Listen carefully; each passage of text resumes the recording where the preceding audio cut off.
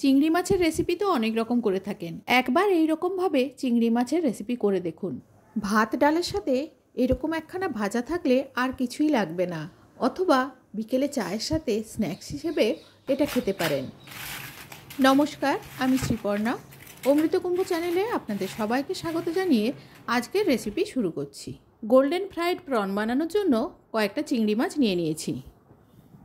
ছাড়ানো চিংড়ি মাছগুলোয় আড়াআড়িভাবে কয়েকটা কাট লাগিয়ে নেব, নুন লেবুতে ম্যারিনেট করার সময় যাতে এর মধ্যে নুন আর লেবুর রসটা ভালোভাবে যেতে পারে। কাটটা মাঝখান পর্যন্ত দিতে হবে, পুরো চিংড়ি মাছটা যাতে কাটা না হয়ে যায় সেদিকে খেয়াল রাখতে হবে। এইভাবে আমি সব কটা চিংড়ি মাছ কাট লাগিয়ে একটা বাটির মধ্যে নিয়ে নিচ্ছি। দিয়ে দিচ্ছি এতে পরিমাণ মতো নুন আর দিচ্ছি লেবুর রস।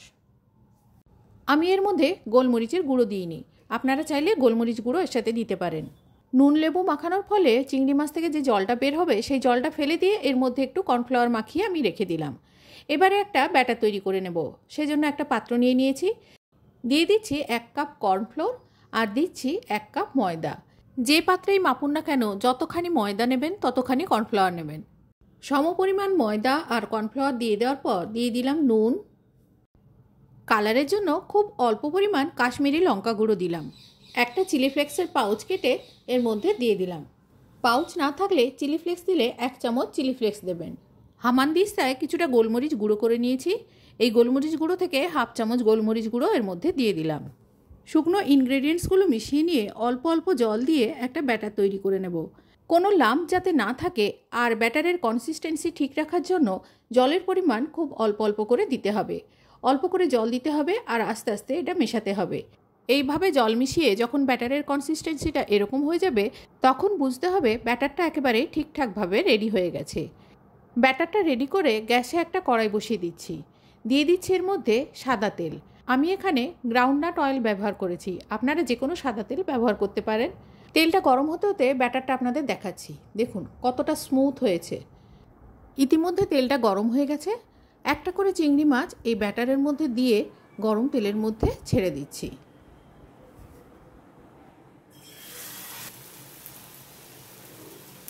পাশের ফাঁকা জায়গাতে আরেকটা চিংড়ি মাছও ব্যাটারের মধ্যে ডুবিয়ে ছেড়ে দিলাম। এবারে দুটোকে উল্টে পাল্টে ভেজে নেব।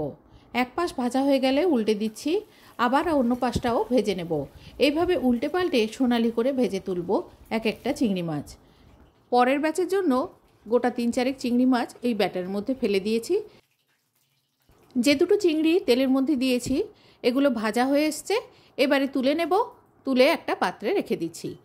এরকম হালকা সোনালি রং হলেই বুঝবেন চিংড়ি মাছটা ভাজা হয়ে গেছে। প্রথম ব্যাচের দুটো তুলে নিয়ে আবার দিয়ে দিচ্ছি পরের ব্যাচের মাছগুলো।